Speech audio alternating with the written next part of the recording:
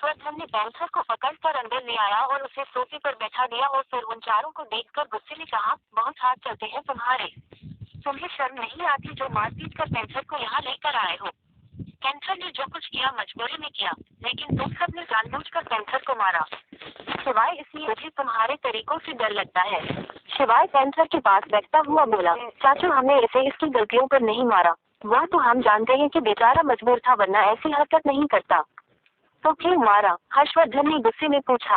एक फ्लैट आगे शिवाय ने एक सर्वेंट की ओर देखकर कहा, मैं बीमार आदमी हूँ, कोई सूप दे दो। वो सर्वेंट किचन में चला गया और सभी शिवाय ने अपना चेहरा हर्षवर्धन की तरफ घुमाकर कहा, हमने इसे इसलिए मारा क्योंकि ये हमसे बचने के लिए भाग रहा था। पैंथर शिकायत करता हुआ बोला, चाचू भागता नहीं तो क्या करता? मैं जानता था अगर इनके हत्थे चढ़ गया तो ये लोग मुझे बहुत मारेंगे और देखो इन्होंने मुझे मार मार कर क्या बना दिया। हर्षवर्धन पैंथर के पास बैठता हुआ बोला, पैंथर गलती भी तो तुम्हारी है। तुमने एक बार नहीं सोचा जब शिवाय होश में आएगा तो क्या करेगा? मेरे पास आ सकता था, राजवीर के पास जा सकता था। पैंथर उदास होकर बोला, चाचू आपकी गले लगना है। हर्षवर्धन ने पैंथर को गले लगा लिया। पैंथर ने आंखें बंद कर ली। रघुवंशी फैमिली के अलावा पैंथर का कोई नहीं था। वो हर्षवर्धन को अपना चाचू ही समझता था। थोड़ी देर बाद पैंथर ने धीरे से कहा, सॉरी चाचू। हर्षवर्धन ने पैंथर के बालों को चुमकर कहा, बस अब सॉरी मत बोल, तू तो मेरा शेर है। शिवाय के ठीक होने से आधी रघुवंशी फैमिली के अंदर जान आ गई थी। थोड़ी देर बाद सब डिनर करने लगे। इतने अरसे बाद सब मिलकर डाइनिंग टेबल पर बैठे हुए थे। दिव्यांश, पैंथर, रूही सबको पता था कि अब उनकी जिंदगी में ठहराव आ जाएगा। शिवाय भी डॉक्टर के बताए हुए घास फूस वाला खाना खा रहा था। पिछले 4 महीने से शिवाय इसी खाने को खा रहा था। अब तो शिवाय भी उस खाने को खाता हुआ बोर हो गया था, लेकिन आरे टेढ़े मुंह बनाकर खा ही रहा था। वही पिछले 4 महीनों से ही इसका कुछ भी पता नहीं था, जिसके चलते हर्षवर्धन थोड़ा कमजोर भी हो गया था और वह अपना ध्यान भी नहीं रखता था। ये बात शिवाय और राजवीर दोनों ही नोटिस करते थे, लेकिन दोनों ने ठान लिया था कि ये इसको स्ट्रांग बनाकर ही दुनिया के सामने लाएंगे। वही रूही शिवाय के बिल्कुल पास बैठी थी और उसने धीरे से शिवाय के कान में कहा, शिवाय भैया 4 महीने हो गए मुझे यहाँ, मुझे मेरे ससुराल नहीं भेजोगे?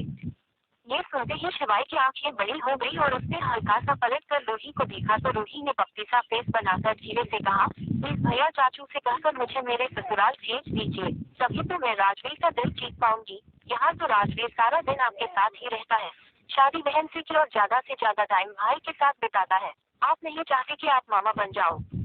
शिवाय हैरानी से रूही की बातें सुन रहा था और फिर उसने बड़े प्यार से हाँ में गर्दन हिला दी, जैसे कहना चाहता हो, हाँ चाहता तो मामा बन जाऊं। तो रूही मुंह बनाकर बोली, तो बस फिर मुझे मेरे घर भेज दीजिए, तभी तो मैं आपको चुन्नू मुन्नू का मामा बनाऊंगी। शिवाय ने धीरे से कहा, तुम अपने बच्चों का नाम चुन्नू मुन्नू रखोगी? रूही को गुस्सा आ गया और उसने शिवाय को एक कांटा दिखाते हुए कहा, ज्यादा स्मार्ट मत बनो, जो कह रही हूँ वह करो। चाचू से बात कीजिए, पहले तो मुझे इस घर से भगाने पर तुले हुए थे और अब देखो पिछले 4 महीने से यही पड़ी हूँ। किसी ने मजाक में भी नहीं कहा कि रोजी अपने घर चली जाओ, अपना घर संभालो। पहले तो चाचू भी दिन रात मुझे घर संभालने का पुराण पढ़ाते रहते थे, लेकिन अब देखो जैसे मेरे और राजवीर के रिश्ते से किनारा ही कर लिया हो। मुझे कुछ नहीं पता, मैं राजवीर के साथ अपने घर जाना चाहती हूँ और आप अभी के अभी चाचू से इस बारे में बात करेंगे, वरना सच कहती हूँ जहाँ गोली लगी थी यह कांटा वही चुभा दूंगी। इस पर शिवाय ने हैरानी से रूही को देखा और बोला, तेरा भाई बंदूकों से खेलता है, इस छोटी सी कांटे से मुझे कुछ नहीं होगा। रूही भी दांत पीसते हुए बोली, ठीक है तो आज चुभा ही देती हूँ। शिवाय ने कहा, अच्छा ज्यादा राजवीर की दीवानी मत बन चतोरी बिल्ली, अभी करता हूँ बात। शिवाय ने अपना डिनर करते हुए चाचू को देखकर कहा, चाचू ये रूही परमानेंट रघुवंशी मेंशन में रहेगी, अब ये अपने घर नहीं जाएगी। हर्षवर्धन ने शिवाय की बातों को इग्नोर करते हुए कहा, मुझे नहीं पता, ये जाने और राजवीर जाने, इन दोनों का मन यहाँ रहने का है तो रह सकते हैं, मैं मना नहीं करूंगा और अगर जाना चाहते हैं तो खुशी रूही को राजवीर के साथ विदा कर दूंगा, लेकिन ये डिसीजन इन दोनों का ही है। अब इन दोनों के रिश्ते पर कोई दबाव नहीं डालना चाहता, राजवीर जो अपने रूही के रिश्ते के लिए डिसाइड करेगा मैं वह मान लूंगा। राजवीर ने ठीक से खाना नहीं खाया और डाइनिंग टेबल से उठकर बोला, शिवाय मेरे रहने से प्रॉब्लम है तो मैं चला जाता हूँ, मुझे लगा तुम्हें मेरी जरूरत है इसीलिए मेंशन में रुक गया। शिवाय ने अपनी हथेली माथे पर मार ली और राजवीर को देखने लगा, जैसे कहना चाहता हो, मुझे यकीन नहीं आता कि तुमने मेरी बातों का गलत मतलब निकाल लिया। शिवाय अपनी सफाई में कुछ बोलता उससे पहले रूही झट से खड़ी होकर हर्षवर्धन की ओर देखकर बोली, चाचू, जहाँ मेरे पति की इज्जत नहीं मैं भी वहाँ नहीं रहूंगी। आखिर शिवाय भैया को मेरे और राजवीर के यहाँ रहने से क्या प्रॉब्लम है? अगर ऐसी ही बात है तो हम दोनों चले जाते हैं। रूही ने फिर शिवाय को देखा जो उसे हैरानी से आंखें फाड़े देख रहा था। रूही ने पप्पी सा फेस बना लिया और उंगली भरी नजरों से शिवाय को देखा, जैसे कहना चाहती हो प्लीज ना, शायद ऐसे ही राजवीर मेरे साथ वापस घर जाएगा। शिवाय कुछ नहीं बोला और फिर से अपना खाना खाने लगा और फिर खुद में गड़बड़ाया, नौटंकी कहीं की। रूही ने राजवीर की कलाई पकड़ी और उसे डाइनिंग टेबल से खींचते हुए मेंशन के बाहर ले जाती हुई बोली, बस हो गया चाचू, मैं यहाँ नहीं रुकना चाहती। जहाँ मेरे पति की इज्जत नहीं मैं और मेरा पति अपने छोटे से घर में ही खुश है। ये कहकर रूही खींचते हुए राजवीर को मेंशन से बाहर ले आई। वह मेंशन के गार्डन तक ही पहुंचे थे कि राजवीर ने उससे अपना हाथ झपट लिया। रूही ने कसकर आंखें बंद कर ली, क्योंकि वह जानती थी राजवीर के सामने उसका नाटक टिकना पॉसिबल नहीं है। रूही नाटक कर रही थी, ये तो पूरी रघुवंशी फैमिली देख रही थी, लेकिन रूही के नाटक में राजवीर के लिए जो प्यार था उसे भी पूरी रघुवंशी फैमिली देख रही थी। इसलिए किसी ने भी रूही और राजवीर के बीच बोलना ठीक नहीं समझा। वही रूही ने पलटकर मासूम का चेहरा बनाकर राजवीर को देखा और राजवीर ने हाथ बांधकर कहा, रूही, तुम्हें लगता है कि तुम्हारे ऐसे बचपना करने से मेरे और तुम्हारे बीच में सब कुछ ठीक हो जाएगा? तुम्हें लगता है कि मेरी और तुम्हारे बीच जो दूरियां है वो इस छोटी सी आफत लगाने से ठीक हो जाएगी? तुम्हें लगता है शिवाय के कान में कुसूर फुसर करने से मेरे और तुम्हारे रिश्ते में सुधार आ जाएगा? तुम्हें लगता है कि मैं और तुम अगर मेरे घर में रहेंगे तो हमारे बीच की दूरियां खत्म हो जाएगी? पिछले 4 महीने से रूही राजवीर के मुंह से यही सब कुछ सुन रही थी। आज भी रूही ने वही सब सुना। रूही की आंखें हल्की सी नम हो गई। रूही भरे गले से बोली, तो बताइए कैसे ठीक होगा? आप जो कहेंगे वह करूंगी। नहीं किया तो आप मुझे डाइवोर्स दे देना और मैं उस तक नहीं करूंगी, लेकिन मुझे बताइए तो आखिर मेरे और आपके बीच में सब कुछ कैसे ठीक होगा? क्या करूं मैं जिससे सब कुछ ठीक हो जाए? इन 4 महीनों में मैंने जब भी अपने रिश्ते की बात की, आपने मुझे यही सब कहा, रात को लेट आते हो, सुबह जल्दी चले जाते हो, घर में होते हो तो स्टडी रूम से बाहर नहीं निकलते। क्या सच में मैं इतनी बुरी हूँ कि मुझे देखना भी आपको गवारा नहीं? मानते हो मेरी फैमिली में जो कुछ हुआ वह मेरी वजह से हुआ। सबके सामने गलती मान चुकी हूँ, चाचू को सब कुछ बता चुकी हूँ, शिवाय भैया से भी कुछ नहीं छुपाया। अब आप क्या चाहते हैं, क्या करूँ? कैसे ठीक होगा हमारा रिश्ता, बताए? कहते कहते रूही की आंखों से आंसू टपकने लगे और उसने राजवीर के कॉलर को पकड़ लिया। वहीं रजीवन ने तो जैसे चुप्पी साध ली। वह तो पिछले 4 महीने से रूही को इग्नोर कर रहा था, लेकिन आज रूही ने फेस टू फेस बात करने की ठान ली थी। राजवीर कुछ नहीं बोला। वही रूही राजवीर के बोलने का इंतजार कर रही थी। रूही ने फिर कहा, मरते हुए की भी आखिरी इच्छा पूछ लेते हैं। यही समझ लो कि मेरी आखिरी इच्छा है। एक मौका तो मुझे मिलना चाहिए ना? अगर मैंने उस मौके में अपना रिश्ता नहीं संभाला तो मैं आपकी जिंदगी से चली जाऊंगी, लेकिन मुझे एक मौका तो दीजिए। एक बार इस रिश्ते को संभालने की जिम्मेदारी तो दीजिए। रूही के रोने से राजवीर कहीं ना कहीं तो पिघल रहा था, लेकिन फिर भी उसे रूही पर यकीन नहीं था। उसे अब भी लगता था कि रूही कुछ महीने इस रिश्ते को अपनाएगी और फिर डिवोर्स की डिमांड कर देगी, क्योंकि रूही के लिए एक लग्जरी लाइफ छोड़कर और एक आम जिंदगी में जीना आसान नहीं होगा। इसीलिए राजवीर इस रिश्ते में आगे नहीं बढ़ाना चाहता था। राजवीर ने रूही की कलाई पकड़ी और उसे पार्किंग एरिया में लेकर आया। राजवीर ने अपनी बुलेट पर से कपड़ा उतारा। पिछले 4 महीने से राजवीर की बुलेट मेंशन में ही खड़ी थी। उसने उस बुलेट को चलाया नहीं था। बुलेट देखकर रूही को तसल्ली हुई कि राजवीर सच में उसे उसके घर लेकर जाना चाहता है, उसके असली घर लेकर जाना चाहता है। राजवीर ने अपनी बुलेट को साफ किया और उसे स्टार्ट कर दिया और रूही को देखकर कहा, बैठो। रूही ने अपने आंसू पोंछे और चेहरे पर एक मीठी सी मुस्कान ले आई और फिर राजवीर के पीछे बैठ गई। राजवीर ने अपनी बाइक स्टार्ट कर दी। रूही ने कसकर राजवीर को पकड़ लिया, लेकिन राजवीर को इस वक्त कुछ महसूस नहीं हो रहा था। न ही उसने रूही के हाथ अपनी कमर से हटाए और न ही वह रूही के हाथ अपनी कमर पर महसूस कर रहा था। करीब 1 घंटे बाद राजवीर ने बुलेट अपने घर के बाहर रोकी। राजवीर रूही दोनों ही बुलेट से उतर गए। रूही ने 5 महीने बाद अपने घर को देखा था। आज पहली बार रूही अपने घर को देखकर खुश थी। उसके चेहरे की मुस्कुराहट बता रही थी कि अब वह उस घर को अपनाने आई है। राजवीर ने बुलेट पार्किंग में खड़ी की और रूही को देखकर कहा, अब पूरी रात यहीं खड़े रहने का इरादा है? रूही ने मुस्कुराकर ना में गर्दन हिला दी। रूही राजवीर दोनों ही घर के गेट पर खड़े हुए थे। राजवीर ने गेट की चाबी निकाली और गेट खोलकर अंदर चला गया। वही रूही गेट पर ही खड़ी थी। राजवीर ने कहा, तुम्हारे लिए फूलों की बारिश करवाओ, तब अंदर आओगी। राजवीर ने यह बात बहुत ही ताना मार कर कही थी, लेकिन रूही ने मुस्कुराकर कहा, नहीं, पहली बार दुल्हन घर आती है तो उसका स्वागत करते हैं। राजवीर अपने गुस्से को कंट्रोल करता हुआ बोला, पहली बार तो तुम पहली बार नहीं आई हो और दूसरी बार तुम कोई दुल्हन नहीं हो। कुछ दिन इस घर में रहोगे तो अपने आप समझ आ जाएगा कि तुम मेरे साथ जिंदगी नहीं बिता सकती, फिर तुम्हें इसी रास्ते से वापस जाना है। राजीव ने अपने बुलेट की तरफ इशारा करते हुए कहा, इसे बुलेट से लेकर आया हूँ और इसी बुलेट से वापस छोड़कर आऊंगा। तुम्हें एक मौका मांगा, मैंने दे दिया, लेकिन ज्यादा दिन तक नहीं पाओगी। रोही के चेहरे पर हल्की सी उदासी आ गई, फिर भी उसने मुस्कुरा कर कहा, स्वागत नहीं करना तो मत करो, ताली क्यों मार रही हो? मैं अपना स्वागत खुद कर लूंगी। राजवीर ने आईब्रोज चढ़ाकर रोही को देखा और फिर पूरे घर में नजर घुमाई। पूरा घर गंदा पड़ा हुआ था क्योंकि पिछले 5 महीने से वहाँ कोई नहीं आया था। राजवीर बोला, ठीक है, अपना स्वागत कर लो और उसके बाद इस घर को भी साफ कर देना। एक अच्छी बीवी बनकर इस घर को संभालो। अगर तुमने इस घर को अच्छे से संभाल लिया तो शायद मैं अपने और तुम्हारे रिश्ते के बारे में सोच सकता हूँ, और अगर ना संभाल पाओ तो मुझे कह देना, खुशी खुशी तुम्हें मेंशन छोड़ आऊंगा। रोही अंदर आ गई और राजवीर की तरफ उंगली करके चैलेंज करते हुए बोली, मैं जानती हूँ मुझे घर संभालना नहीं आता, लेकिन कोशिश करने से सब कुछ होता है। मैं इस घर को संभाल लूंगी, देख लेना। इतना कहकर रोही किचन में चली गई। रोही किचन में कुछ ढूंढ रही थी, लेकिन उसे कुछ मिल नहीं रहा था। रोही ने एक डब्बा खोलकर देख लिया था, लेकिन उसे वो नहीं मिला जो वह ढूंढ रही थी। वही राजवीर को हैरानी से रोही को देख रहा था कि आखिर ये ढूंढ क्या रही है। क्या ढूंढ रही है रोही? क्या रोही राजवीर का दिल जीतने में कामयाब होगी? शिवाय अब क्या करेगा? रोही किचन में जो ढूंढ रही थी उसे वो किचन में मिल नहीं रहा था।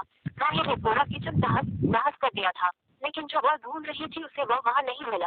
रोही खड़ी होकर कुछ सोचने लगी। वही राजवीर उसे हैरानी से देख रहा था, लेकिन राजवीर ने भी अपनी अकल के चलते नहीं पूछा कि वह क्या ढूंढ रही है। रोही कुछ सोचकर मंदिर की ओर चली गई और वहाँ से एक रोली का छोटा सा बॉक्स लेकर आई। रोही ने एक थाली में उसमें पानी डाला और रोही उस थाली में घोल दी और फिर उस थाली को लेकर मेलन चौखट पर आ गई। रोही ने वह थाली चौखट पर रखी। रोही फिर किचन में गई और उसने स्टील का गिलास लिया और फिर से किचन में कुछ ढूंढने लगी, लेकिन जो वह ढूंढ रही थी वह उसे नहीं मिला। रोही चावल ढूंढ रही थी जो उसे किचन में कहीं नहीं मिले। रोही ने फिर उस गिलास में दाल भर ली और उसे पिलाकर चौखट पर रख दिया। फिर अपने कमरे में गई। अपने कमरे में से अपने वेडिंग लहंगा की चुन्नी लेकर आई। रोही ने पीच कलर की साड़ी पहनी हुई थी, जिसमें वह बहुत खूबसूरत लग रही थी। फिर उसने अपने वेडिंग लहंगे का दुपट्टा जो कि रेड कलर का था उसे अपने सिर पर रख लिया। फिर राजवीर के सामने आकर बोली, देखो राजवीर, ये मैच कर रहा है ना? राजवीर तो हैरानी से रोही को देख रहा था, लेकिन उसने कुछ कहा नहीं। रोही ने फिर राजवीर को देखकर कहा, छोड़ो, तुम्हें क्या पता मैचिंग का? मैच कर रहा है, बिल्कुल सही लग रहा है, इसे साड़ी का दुपट्टा है। इतना कहकर वही खुद में ही बड़बड़ाते हुए चौखट के बाहर चली गई और फिर उसने दुपट्टे को अपने सिर पर रखा और किसी दुल्हन की तरह अपना दुपट्टा पकड़ लिया। फिर अपने सीधे पैर से दाल से भरे हुए गिलास को धीरे से गिरा दिया और खुद में ही खुश हो गई। रोही ने फिर अपने दोनों पैर उस रोली की थाली में रखे और अपने दुपट्टे और साड़ी को संभालते हुए घर के अंदर आ गई। रोही फिर सबसे पहले घर के मंदिर में गई और उसने वहाँ हाथ जोड़े और मन ही मन महादेव का आशीर्वाद लेते हुए कहा, भगवान जी, अब तो मैं परमानेंट इस घर में आ गई हूँ। मैं जानती हूँ राजवीर मेरी कोई हेल्प नहीं करेगा, वो तो मुझे इस घर से भगाने पर तुला हुआ है, लेकिन प्लीज आप मेरी हेल्प करना, जल्दी से मेरे और राजवीर के बीच में सब कुछ ठीक हो जाए। मुझे तो समझ आ गया कि मुझे इस सृष्टि को अपना लेना चाहिए। अब यही बात इस 6 फुट के लंबे चौड़े आदमी के दिमाग में भी घुसा देना। प्लीज भगवान जी, मेरा इतना काम तो कर ही देना। इतना कहकर रोही ने भगवान जी के सामने हाथ जोड़। वही राजवीर तो रोही को ऐसे देखकर बहुत ज्यादा हैरान था और फिर मन ही मन खुद से बोला, इसने तो सच में अपना स्वागत खुद ही कर लिया।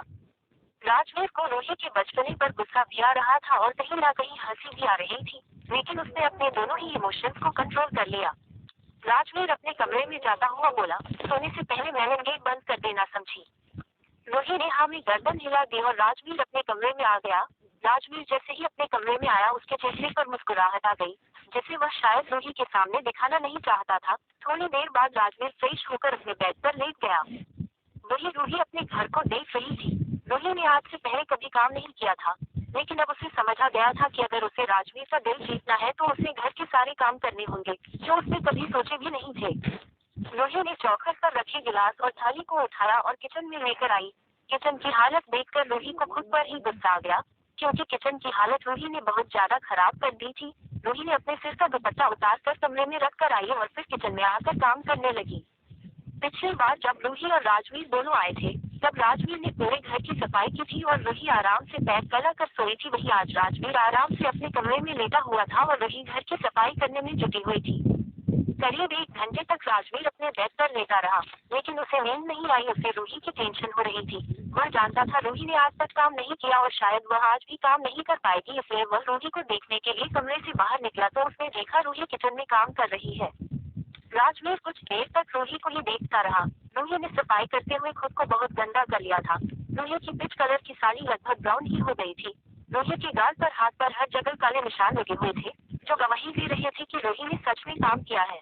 लेकिन फिर भी उसका काम ठीक से नहीं हो रहा था। ऐसा लग रहा था वह किचन साफ नहीं कर रही बल्कि किचन को और ज्यादा गंदा कर रही है। राजवीर रूही के पास आया तो रूही ने मुस्कुराकर कहा, क्या हुआ राजवीर, कुछ चाहिए? राजवीर को कुछ नहीं चाहिए था, वह तो बस रूही को देखने आया था। फिर भी उसने रूही से कहा, हाँ वह मुझे एक गिलास पानी चाहिए। रूही ने किचन में नजर घुमाई तो उसे एक भी साफ बर्तन दिखाई नहीं दिया। रूही ने एक कांच का बाउल लिया और उसमें पानी भरकर राजवीर के सामने करते हुए बोली, देखो राजीव, आज एडजस्ट करके इसी में पी लो। मैं सारा किचन साफ कर दूंगी, उसके बाद हमेशा गिलास में ही पानी दूंगी। राजवीर ने एक बार बाउल को देखा और एक बार रूही को और फिर बाउल को पलटकर उसमें से एक सीप लेकर बोला, तुम्हें लगता है कि तुम इस किचन को साफ कर पाओगी? जिस हिसाब से तुम ये किचन साफ कर रही हो, इस हिसाब से तो सुबह तक नहीं होगा। क्यों नहीं होगा? अभी से मुझे इस घर से भगाने के बहाने ढूंढ रहे हो। मैं ये किचन साफ कर लूंगी, समझे, देख लेना, सुबह होने से पहले ही कर लूंगी, रूही ने भी अकड़ कर जवाब दिया।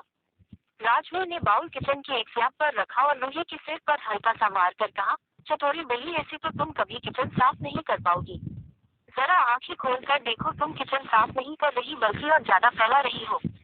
रूही भी अपना सिर को खुजाकर किचन को देखने लगी। उसने तो आज तक कभी किचन साफ नहीं किया था, आज पहली बार कर रही थी जो उससे हो नहीं रहा था। रूही ने बड़े मासूमियत से कहा, तो क्या करूं? कैसे साफ करूं? राजवीर बोला, पहले किचन के जितने भी बर्तन हैं, सारे उठाकर सिंक में रखो। रूही ने वैसा ही किया, सारे बर्तन उठा और सिंक में रख दिए। राजवीर ने कहा, ये जितने भी आटेदार के डब्बे खोलकर रखे हैं, इन सारे डब्बों को उठाकर डाइनिंग टेबल पर रखो। रूही ने सारे डब्बे उठाकर डाइनिंग टेबल पर रख दिए। राजवीर ने कहा, वो कपड़ा उठाओ और किचन को साफ करो। रूही ने हाँ में गर्दन हिलाई और किसी आज्ञाकारी बच्चों की तरह उस कपड़े को उठा दिया और सब देखते ही देखते किचन को साफ करने लगी। जैसे जैसे राजवीर बताता गया वैसे रूही किचन को साफ करती गई। करीब 2 घंटे में रूही ने पूरा किचन साफ कर दिया। रूही बहुत थक गई थी, उसने आज से पहले इतना काम नहीं किया था, लेकिन वह राजवीर के सामने अपनी थकावट को छुपा रही थी। रूही की आंखें बता रही थी कि उसे इस वक्त नींद की जरूरत है, लेकिन रूही अब भी काम करने के लिए तैयार थी। राजवीर ने टाइम देखा तो रात के 11:30 बज गए थे। राजवीर ने कहा, अब तुम भी फ्रेश होकर सो जाओ, बाकी काम कल कर लेना। रूही बोली, नहीं नहीं, कर लूंगी मैं काम, अब बताओ और कैसे करना है। राजवीर ने भी रूही को फोर्स करना ठीक नहीं समझा। राजवीर ने कहा, तो फिर सुनो, पूरे घर के पर्दे बेडशीट सब निकालो और उसे बाथरूम में रखो, और सिर्फ रखना नहीं है, धोना भी है। उसके बाद पूरे घर में डस्टिंग करो, जितने भी गंदे कपड़े हैं उन्हें निकाल कर धोने हैं। ये हमारे घर का फर्श देखो जरा, कितनी धूल है इस पर, इन सबको भी साफ करना है, समझी? रूही तो मुंह बनाकर सारी बात सुन रही थी और फिर धीरे से बोली, शायद तुम ठीक कह रहे हो राजवीर, ये सारा काम सुबह कर लूंगी, अभी मुझे सो जाना चाहिए। रूही की बात सुनकर राजवीर के चेहरे पर मुस्कुराहट आ गई। उसने कहा, हाँ तो जाओ अपने कमरे में और सो जाओ, लेकिन सोने से पहले बेडशीट चेंज कर लेना। रूही ने हाँ में गर्दन हिलाई और सीधा अपने कमरे में चली गई। राजवीर वहीं खड़ा रहा। उसने एक नजर किचन को देखा जैसे रूही ने बहुत अच्छे से साफ कर दिया था। राजवीर के चेहरे पर एक मुस्कुराहट आ गई। फिर वह अपने कमरे की तरफ चला गया, लेकिन हालांकि कुछ सोचकर रूही के कमरे की तरफ गया। उसने जैसे ही गेट खोला उसकी आंखें खुली रह गई। रूही बिना बेडशीट चेंज किए और बिना फ्रेश हुई सो गई थी। रूही बहुत थक गई थी, इसलिए लेटते ही उसे नींद आ गई। राजवीर ने रूही को उठाना ठीक नहीं समझा। उसने एक ब्लैंकेट और रूही को कवर कर दिया, फिर अपने कमरे में आकर सो गया।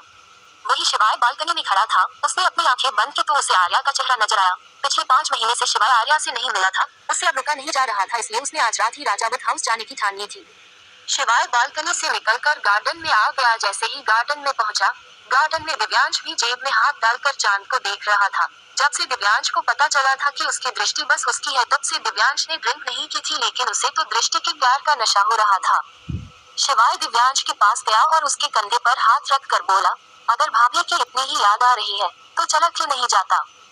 दिव्यांश ने कहा, तू तो ऐसे कह रहा है जैसे वह राजावत हाउस में है, मुझे क्या पता शौर्य उसे लेकर कहाँ गया है। तभी उन दोनों की नजर हर्षवर्धन पर पड़ी। हर्षवर्धन भी बालकनी में ग्रिल पर हाथ रखकर खड़ा हुआ था, वह भी अपनी ही सोच में गुम था। दिव्यांश ने कहा, यार शिवाय, तुझे तो पता होगा चाची कहाँ है। मुझसे चाचू की हालत देखी नहीं जाती, तो ढूंढ लाना चाची को। शिवाय ने कहा, मैं कहाँ से ढूंढ कर लाऊं, मुझे क्या पता कहाँ गई है। चाचू की गलती है, अस्पताल में मेरा हाथ पकड़े बैठे रहे और चाची से फोन पर बात भी नहीं की। चाची को बुरा लग गया और वो छोड़कर चली गई। दिव्यांश ने हैरानी से शिवाय को देखा और शिवाय हंस पड़ा। शिवाय ने कहा, हाँ ढूंढ दूंगा। दिव्यांश बोला, यार चाची ठीक तो होगी ना? शिवाय ने कहा, चाची मजे में है, तू टेंशन मत ले। तू अपनी सोच के शौर्य दृष्टि को लेकर कहाँ गया होगा? दिव्यांश ने हैरानी से शिवाय को देखकर कहा, बता देना यार कहाँ गया है। मैं पूछूंगा नहीं तो क्या, मुझे बताया नहीं? बता दे यार, मैं जानता हूँ तुझे पता है। शिवाय ने कहा, लेकिन कंफर्म नहीं है। जब कंफर्म हो जाएगा तो सीधा फ्लाइट की टिकट तेरे हाथ में रख दूंगा। दोनों गार्डन में बात कर रहे थे। दिव्यांश ने कहा, वैसे तू यहाँ क्या कर रहा है? शिवाय ने कहा, सोच रहा हूँ आज तेरी साली साहिबा से मिलाऊं, लेकिन अजीब सा लग रहा है, हिम्मत नहीं हो रही। दिव्यांश ने हंसते हुए कहा, तेरे मुंह से हिम्मत की बात अच्छी नहीं लगती। तुझ में तो बहुत हिम्मत है, तू तो अच्छे के बैंड बजा दे। शिवाय ने कहा, लेकिन जब दिल की बात आती है तो मेरी हिम्मत भी जवाब दे जाती है। शायद मैं अपनी छुई को ऐसे नहीं देख पाऊंगा, इसलिए रजावत हाउस जाने के लिए कदम आगे ही नहीं बढ़ते। कहते हुए शिवाय इमोशनल हो गया था। दिव्यांश भी शिवाय की हालत समझ रहा था। दिव्यांश ने शिवाय को समझाते हुए कहा, एक ना एक दिन तो तुझे अपनी छुई से मिलना ही है। तू आज ही चला जा, हो सकता है तुझे देखकर उसके अंदर जाना जाए और वह कोमा से बाहर आ जाए। क्या जाएगा शिवाय राजावत हाउस? क्या रूही राजवीर का दिल जीतने में कामयाब होगी? क्या दिव्यांश को पता चलेगा कि शौर्य दृष्टि को लेकर कहाँ गया है?